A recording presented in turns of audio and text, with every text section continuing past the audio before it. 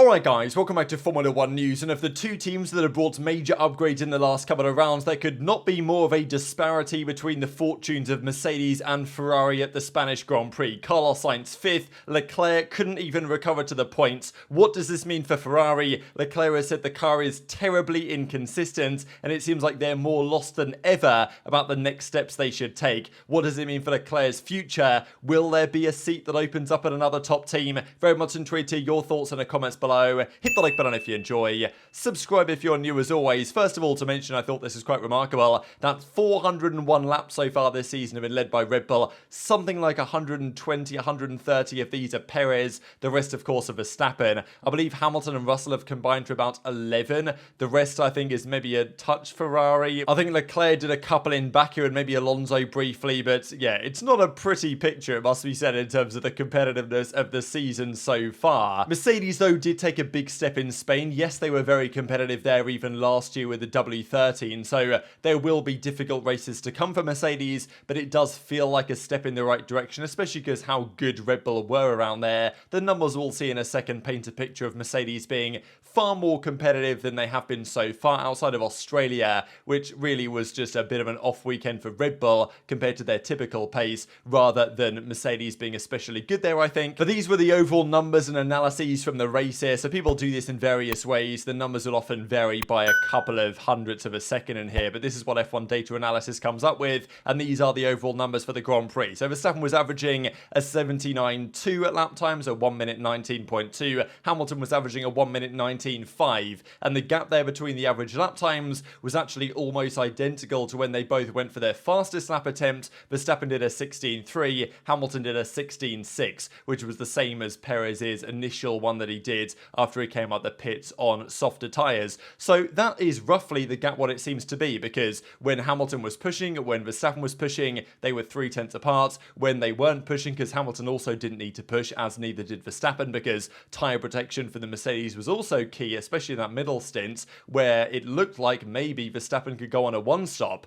and Mercedes were telling Hamilton, look, just try and preserve these tyres, maybe we can make it to the end. Turns out the two-stop was the way to go, but you know, 0.3 between them. Russell was another 10th behind, he had some more traffic to clear, and I think Hamilton is just generally fantastic around Spain. Perez about half a second down, then you get to the Ferraris. So the Aston Martins, 8-9 tenths behind, not particularly competitive weekend for them, and then you get the Ferraris here, right, 6 tenths behind for Sainz, who was in the clear air. So we'll get to them in a second, but comparing where Ferrari were at the start of last season to where they are now, and all of the problems that are associated with their car as it stands, it's just an absolute disaster. And it's not even like their qualifying pace this weekend was electric. They had all those issues with Leclerc. Yes, Sainz was second, but arguably if Hamilton doesn't make the mistake in turn 10, he would have been P2, and they were still miles behind Verstappen even in qualifying. Toto Wolff estimates that their deficit now to Red Bull is something like 2 or 3 tenths. Now yes, this circuit suited them well, it has done in the past, so you know, but he still admits it's a huge step forward, and Mercedes have a good platform to build on, right? He says we've got a solid base, we understand it better than before, we can start to make some serious development from where the W14 currently is. Very positive signs for Mercedes, but once again, Ferrari bring an upgrade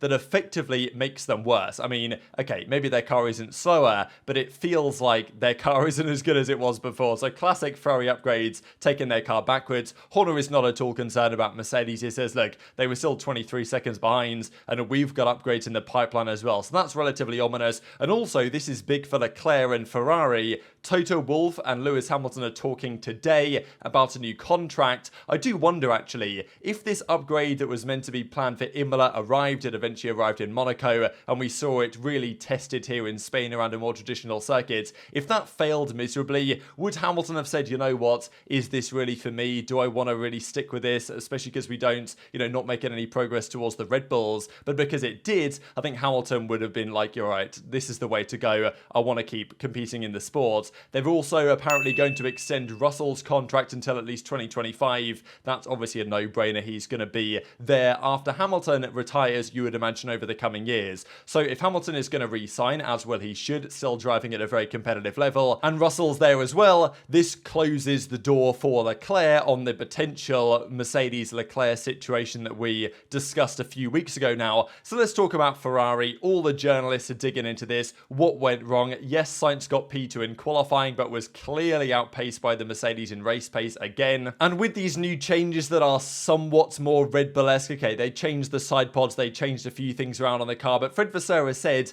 this isn't what they consider to be a concept change. They're not going to try and copy the Red Bull route. They're actually going to stick with this design, which seems to be the entirely wrong decision, right? So we talked about it at the start of the season when Mercedes said, all right, we're going to give up on these zero pods and go down a more Red Bull-esque route. Ferrari were like, no, our car's good. It's good in qualifying. But it's not even that good in qualifying. This weekend's, the qualifying gap in Barcelona increased. And even though they did qualify ahead, Sainz at least, of the Astons, the Mercedes, the Alpines, like, well, not in the Alpines case, they didn't make much progress. But, you know, the other cars flew past Sainz effectively when required. And Leclerc's face here kind of says it all right. I mean, he started P19 from the pit lane. The first stint on the hards was just not working at all. And yeah, didn't even get a point at the end of the day. Could have been P12, right, without the Tsunoda penalty, which we discussed in some length yesterday. And also Carlos Sainz's home Grand Prix would have been, you know, started on the front row, nearly led the race going into turn one, didn't happen. And he basically says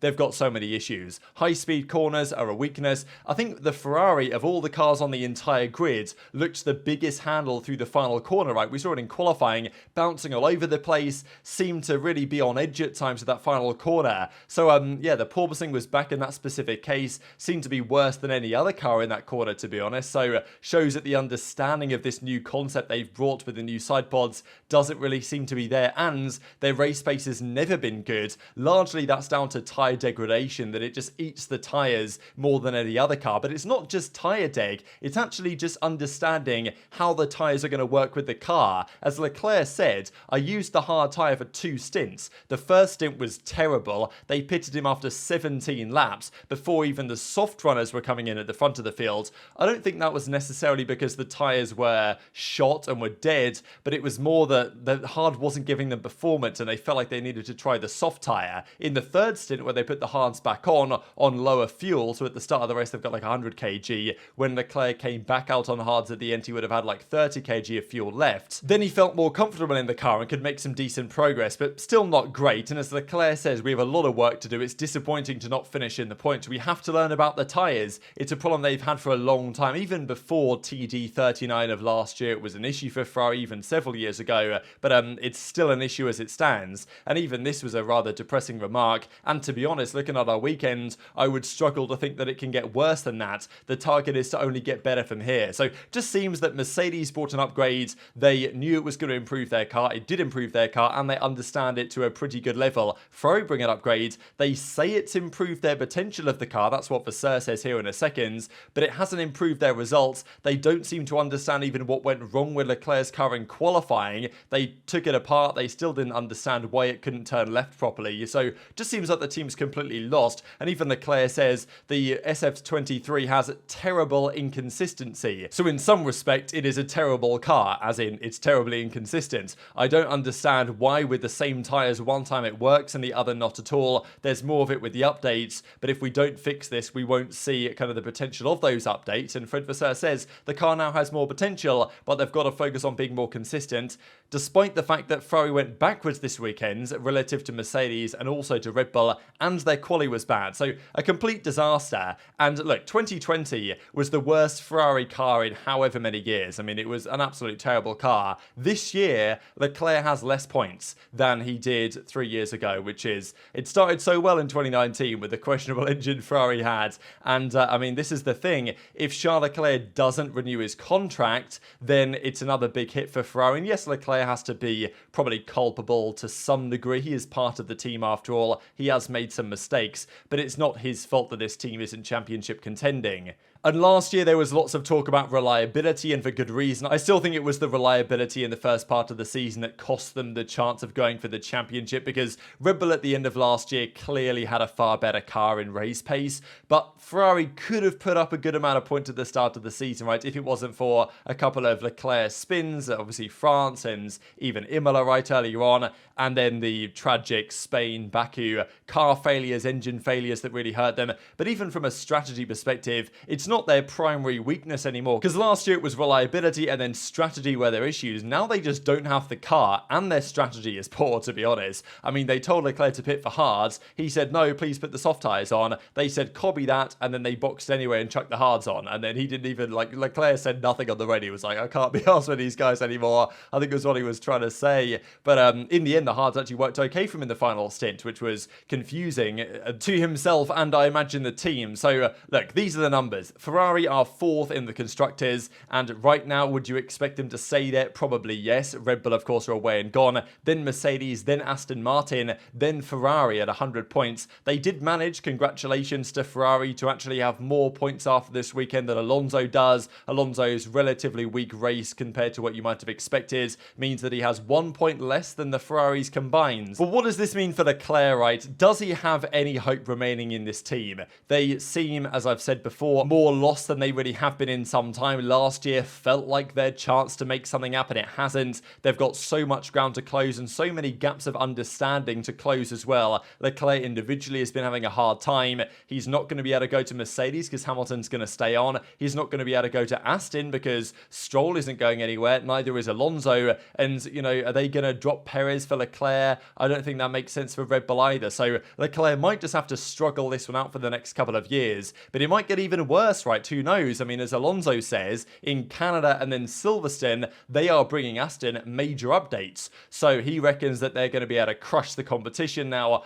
crushing Red Bull is probably a little bit of a step too far, but he says that compared to Mercedes, compared to Ferrari, they are going to be able to crush those guys. I think it's just one race. Then in Canada, we crush them. In Canada, we'll bring more things, and in Silverstone too. It will all depend on which team is bringing upgrades, right? But, I mean, Ferrari were meant to bring their big upgrade package here to Spain. Didn't work out for them. Apparently, Aston's one is next up. Mercedes have more things to come as to Red Bull, so it could get worse for Ferrari before it gets better. And is it even going to get better in the longer term? Really tough situation for them right now. So very much interested your thoughts in the comment section below. Hit the like button if you enjoyed. Subscribe if you're new. Take care, and I'll see you next time.